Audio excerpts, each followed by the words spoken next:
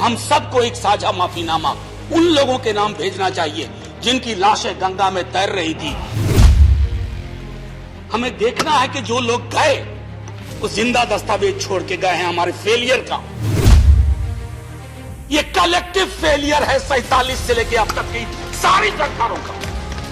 क्या बना दिया हमने? एक साबुन की टिकिया अगर कोई गरीब गांव में खरीद रहा है ना सर, तो अडानी अंबानी के बराबर का करदाता है। आप उसको कह रहे हो मुफ्त वैक्सीन, मुफ्त इलाज, मुफ्त राशन।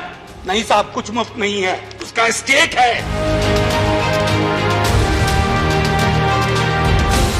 देश भर ਵਿੱਚ कोरोना ने करीब पिछले 2 ਸਾਲਾਂ ਤੋਂ ਕਹਿਰ ਮਚਾਇਆ ਹੋਇਆ। ਪਹਿਲੀ ਲਹਿਰ ਦੇ ਮੁਕਾਬਲੇ ਇਸ ਸਾਲ ਆਈ ਕੋਰੋਨਾ ਦੀ ਦੂਜੀ ਲਹਿਰ ਨਾਲ ਅਨੇਕਾਂ ਲੋਕਾਂ ਨੂੰ ਆਪਣੀ ਜਾਨ ਤੋਂ ਹੱਥ ਧੋਣਾ ਪਿਆ। ਪਰ ਦੂਜੇ ਪਾਸੇ ਭਾਰਤ ਦੇ ਸਿਹਤ ਮੰਤਰਾਲੇ ਨੇ ਬੀਤੇ ਕੱਲ ਰਾਜ ਸਭਾ ਵਿੱਚ ਇੱਕ ਅਜੀਬੋ-ਗਰੀਬ ਬਿਆਨ ਦਿੰਦਿਆਂ ਇਹ ਦਾਅਵਾ ਕੀਤਾ ਹੈ ਕਿ ਦੇਸ਼ ਵਿੱਚ ਆਕਸੀਜਨ ਦੀ ਕਮੀ ਨਾਲ ਕਿਸੇ ਵੀ ਕੋਵਿਡ ਮਰੀਜ਼ ਦੀ ਮੌਤ ਨਹੀਂ ਹੋਈ ਹੈ। जिस तो बाद राज सभा विच विरोधियों ने इसे मसले नूं लैके सरकार नूं जम के भंडिया। बिहार तो आरजेडी दे राज सभा मैंबर प्रोफैसर मनोज कुमार झा ने सरकार दे बयान नूं निराधार करार दिता है। प्रोफैसर झा इस दौरान भावुक होंदे भी नजर आए। परे मन नाल प्रोफैसर झा ने कहा कि आक्सीजन की कमी कारण उन्हां कई अपणिआं नूं खोया है अते सरकार आक्सीजन की कमी नाल होईआं मौतां ते पर्दे पा रही है। शुक्रिया वाइस चेयरमैन साहब।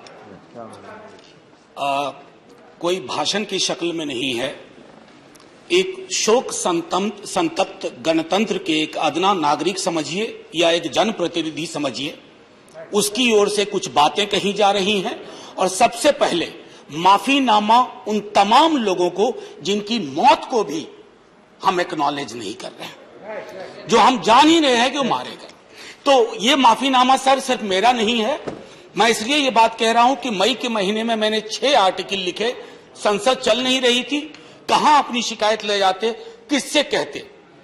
मुझे भाजपा के मित्रों ने, कई साथियों ने कॉल किया, बधाई दी। मैं उनका भी एहतराम करता हूं और कहता हूं कि ये भरोसा इस सदन का है कि हम सबको एक साझा माफीनामा उन लोगों के नाम भेजना चाहिए जिनकी लाशें गंगा में तैर रही थी। किसी ने कह दिया ये, किसी ने कह दिया वो। सर दूसरी चीज, मैंने कल सेक्रेटरी जनरल साहब से बात करने की कोशिश की, बाकी जगह भी। किसी 2 सत्र के बीच में सर 50 लोगों की ऑबिचुअरी आज तक कभी नहीं हुई संसदीय इतिहास में। राजीव सातव की उम्र थी जाने की इस दुनिया से। रघुनाथ महापात्रा जब मिलते थे गले लगाते थे, बोलते थे जय जगन्नाथ। अचानक में वो नहीं है। ये पीड़ा व्यक्तिगत है, आंकड़ा मैं नहीं कहना चाहता हूं, मेरा आंकड़ा, तुम्हारा आंकड़ा। अपनी पीड़ा में आंकड़ा ढूंढिए। एक व्यक्ति नहीं है इस देश में, इस सदन में, सदन के बाहर, उस सदन में जो ये कहे कि उसने किसी जानने वाले को ना खोया हो। सर पीड़ा कह सकता हूं। ऑक्सीजन के लिए लोग फोन करते थे, हम अरेंज नहीं कर पाते थे। लोग समझते हैं सांसद है, ऑक्सीजन पिछा देगा। 100 फोन में पूरे दिन में शाम को बैठ के देखते थे, सक्सेस रेट 2, सक्सेस रेट 3। हमको कौन सा आंकड़ा कोई बताएगा साहब? हमको नहीं चाहिए, किसी आंकड़े की बात नहीं करनी है। हमें देखना है कि जो लोग गए वो जिंदा दस्तावेज छोड़ के गए हैं हमारे फेलियर का। मैं आपकी बात नहीं कर रहा हूं साहब। आप कहिएगा 70 साल में कुछ नहीं हुआ, मैं उसमें जाना ही नहीं चाहता। ये कलेक्टिव फेलियर है 47 से लेके अब तक की सारी सरकारों का। क्या बना दिया हमने?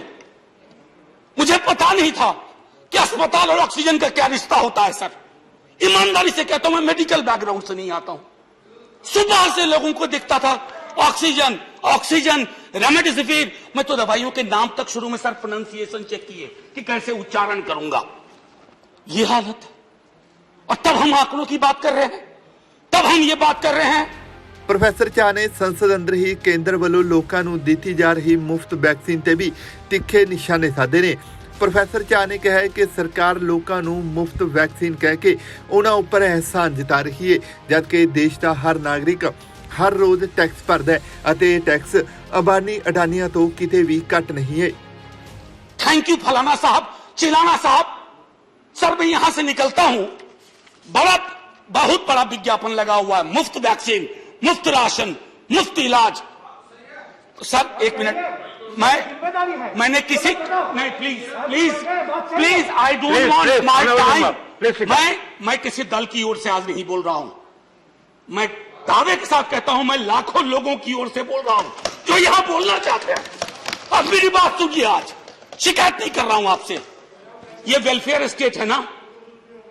एक साबुन की टिकिया अगर कोई गरीब गांव में खरीद रहा है ना सर, तो अडानी अंबानी के बराबर का करदाता है। आप उसको कह रहे हो मुफ्त वैक्सीन, मुफ्त इलाज, मुफ्त राशन। नहीं साहब, कुछ मुफ्त नहीं है, उसका स्टेट है, इस वेलफेयर स्टेट का कमिटमेंट है। उसको आप डिनाइग्रेट मत करिए, डेमोनाइज मत करिए, उसे बौना मत बनाइए, ये आग्रह है मेरा। सर मैं इससे पहले की कुछ और बातें कहूं, मेरे पास सही वक्त है। सर इस कोरोना को मैं भी मानता हूं, मेरे पूर्व के वक्ता कुछ कह रहे थे, ये चैलेंज है हमारे लिए सर। बहुत बड़ी बड़ी बातें नए नए कानून की हो रही है। राइट टू हेल्थ की बात क्यों नहीं करते हम लोग? राइट टू हेल्थ, स्वास्थ्य का अधिकार, उसमें कोई किंतु परंतु लेकिन परंच नहीं, सीधे तौर पे स्वास्थ्य का अधिकार constitutionally guaranteed, right to life के साथ लिंक करिए। किसी अस्पताल की मजाल नहीं होगी कि वो उस खिलवाड़ कर पाए उस राइट टू लाइफ का, करना नहीं चाहते। राइट टू वर्क, उस पर काम करिए। पॉपुलेशन को लेकर के बहुत बातें हो रही हैं साहब, डेमोग्राफी को डेमोग्राफर्स को छोड़ दीजिए, बड़ा संश्लिष्ट विज्ञान है, लेकिन ये हम कर सकते हैं इस सदन और उस सदन में। Right to life, right to work पर लेजिस्लेशन लाइए ताकि कोई आपदा आए। अभी तो हमारे लीडर ऑफ हाउस नहीं है, नए नए बने हैं, उनसे मैं कहता जब वो रेल मंत्री थे, हॉस्पिटैलिटी सेक्टर के लोगों को निकाल दिया गया। इसी कोरोना काल में मैंने लगातार आवाज उठाई, कोई सुनने वाला नहीं है सर, कोई नहीं सुन रहा। अगर आप सांसद की नहीं सुन रहे हैं तो जो छोटे अदना संविदा वाले नौकरी से निकाले गए उसकी कौन सुनेगा सर? एक और अद्भुत चीज हुई इसी कोरोना के दौरान, माननीय उपसभापति महोदय, जब हाहाकार मचा हुआ था हॉस्पिटल के लिए, आईसीयू बेड्स के लिए, दवाइयों के लिए, यह हाहाकार जब मचा हुआ था, उस दौर में सर कई चीजें हुई, जिसमें से एक जो महत्वपूर्ण चीज मैं जिसका जिक्र करूंगा, उस हाहाकार में सरकारें, मैं सिर्फ केंद्र को नहीं कह रहा हूं, कई राज्य सरकारें भी नदारत थी। वो 1.5 महीना कैसे बिताया है इस मुल्क ने, हमारे सदन के कोई लोग बड़े मुश्किल से बच के आए, हमें नाम नहीं लूंगा, पूरे देश ने वो वक्त कैसे बिताया है, नाइटमेयर की तरह लगता है सर, डरावना लगता है। एक मेरा स्टूडेंट पढ़ा है, वह 37 साल का, हॉस्पिटल का बेड जब तक मैंने अरेंज किया वो दुनिया छोड़ के जा चुका था। मैं इसलिए बार बार इसको किए, इसलिए ये कह रहा हूं कि इसमें व्यक्तिगत पीड़ा को ढूंढिए, तब हम इसका निदान ढूंढ पाएंगे। मेरी नाव तुम्हारी नाव, मेरा काल तुम्हारा काल, ये तो बहुत कुछ हुआ, इस भौकाल से आपको कुछ हासिल नहीं होगा। सर बस 1 मिनट और लूंगा। इस दौरान प्रोफेसर झा ने कोरोना काल दौरान मारे गए मृतक लोगों तो माफी भी मंगी है। उन्होंने संसद विच मृतक लोगों तो माफी मंग रहा उन्होंने वालों लिखा एक खत भी पढ़ के सुनाया।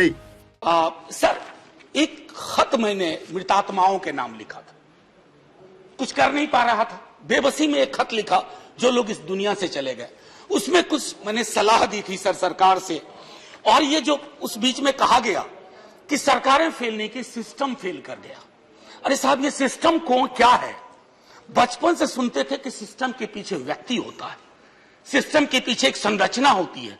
अगर वो सिस्टम फेल किया है, चाहे दिल्ली में या किसी गांव की गलियों में, तो वहां की सरकारें फेल गई। सिस्टम का नाम इसे मत दीजिए, क्योंकि यही वो सिस्टम बनाते हैं। धन्यवाद। और आप बस आखिरी टिप्पणी करने दीजिए। प्रोफेसर धन्यवाद, आपको ज्यादा टाइम दे चुका हूं मैंने। सर बस 10 सेकंड लूंगा। आज जय हिंद बोलने में भी वो खुलूस नहीं आ रहा है जो आम दिनों में हुआ करता है। मैं सिर्फ इतना आपसे आपके माध्यम से कहना चाहता हूं, मैंने एक शिकायत नहीं की सर, किसी से नहीं। किससे शिकायत करेंगे? आहत हूं, जगाना चाहता हूं स्वयं को भी आपको भी, क्योंकि अगर गंगा में तैरती लाशें, सर जिंदगी में डिग्निटी चाहिए, मौत में उससे बड़ी डिग्निटी चाहिए। हमने अनडिग्निफाइड डेथ को विटनेस किया है, और अगर हमने इसको दुरुस्त नहीं किया सर, आने वाली सदियां माफ नहीं करेगी। आप बड़े बड़े इश्तहार छपवाओ, अखबारों के 4 पन्ने रंग दो, फलाना थैंक यू सर, इतिहास को थैंक यू कहने का मौका मिलना चाहिए। धन्यवाद। जय हिंद साहब। अगर धन्यवाद। मेरी बात से फिर भी किसी को कष्ट पहुंचा हो, मैं उन्हीं लाखों लोगों की धन्यवाद। डेड बॉडी के बिहाफ पे आपसे माफी मांगता हूं। जय हिंद। धन्यवाद। नेक्स्ट स्पीकर इज ਦੱਸ ਦਈਏ ਕਿ ਬੀਤੇ ਦਿਨ ਰਾਜ ਸਭਾ ਵਿੱਚ ਹੰਗਾਮੇ ਦੌਰਾਨ ਕਰੋਨਾ ਮੁੱਦੇ ਤੇ ਚਰਚਾ ਦੌਰਾਨ ਕਾਂਗਰਸੀ ਆਗੂ ਕੇਸੀ ਵੇਣੂਗੋਪਾਲ ਨੇ ਸਵਾਲ ਕੀਤਾ ਸੀ ਕਿ ਕੀ ਇਹ ਸੱਚ ਹੈ ਕਿ ਕਰੋਨਾ ਦੀ ਦੂਜੀ ਲਹਿਰ ਦੌਰਾਨ ਸੜਕਾਂ ਅਤੇ ਹਸਪਤਾਲਾਂ 'ਚ ਆਕਸੀਜਨ ਦੀ ਕਮੀ ਕਾਰਨ ਮੌਤਾਂ ਹੋਈਆਂ ਨੇ, ਜਿਸ ਤੇ ਕੇਂਦਰੀ ਸਿਹਤ ਰਾਜ ਮੰਤਰੀ ਭਾਰਤੀ ਪ੍ਰਵੀਨ ਪਵਾਰ ਨੇ ਬੜੇ ਹੀ ਚੌਂਕਾ ਦੇਣ ਵਾਲਾ ਬਿਆਨ ਦਿੱਤਾ ਸੀ। ਉਹਨਾਂ ਕਿਹਾ ਸੀ ਕਿ ਸਿਹਤ ਕੇਂਦਰ ਦਾ ਨਹੀਂ ਸਗੋਂ ਰਾਜਾਂ ਦਾ ਵਿਸ਼ਾ ਹੈ ਅਤੇ ਸਾਰੇ ਹੀ ਰਾਜਾਂ ਨੂੰ ਕਰੋਨਾ ਦੌਰਾਨ ਹੋਈਆਂ ਮੌਤਾਂ ਬਾਰੇ ਸੂਚਿਤ ਕਰਨ ਲਈ ਗਾਈਡਲਾਈਨਜ਼ ਜਾਰੀ ਕੀਤੀਆਂ ਗਈਆਂ ਸੀ, ਪਰ ਕਿਸੇ ਵੀ ਸੂਬੇ ਨੇ ਆਪਣੀ ਰਿਪੋਰਟ ਵਿੱਚ ਇਹ ਨਹੀਂ ਦਰਸਾਇਆ ਕਿ ਆਕਸੀਜਨ ਦੀ ਕਮੀ ਕਾਰਨ ਕਿਸੇ ਵੀ ਮਰੀਜ਼ ਦੀ ਜਾਨ ਗਈ ਹੈ। ਬਿਊਰੋ ਰਿਪੋਰਟ, ਪੰਜਾਬੀ ਲੋਕ ਚੈਨਲ।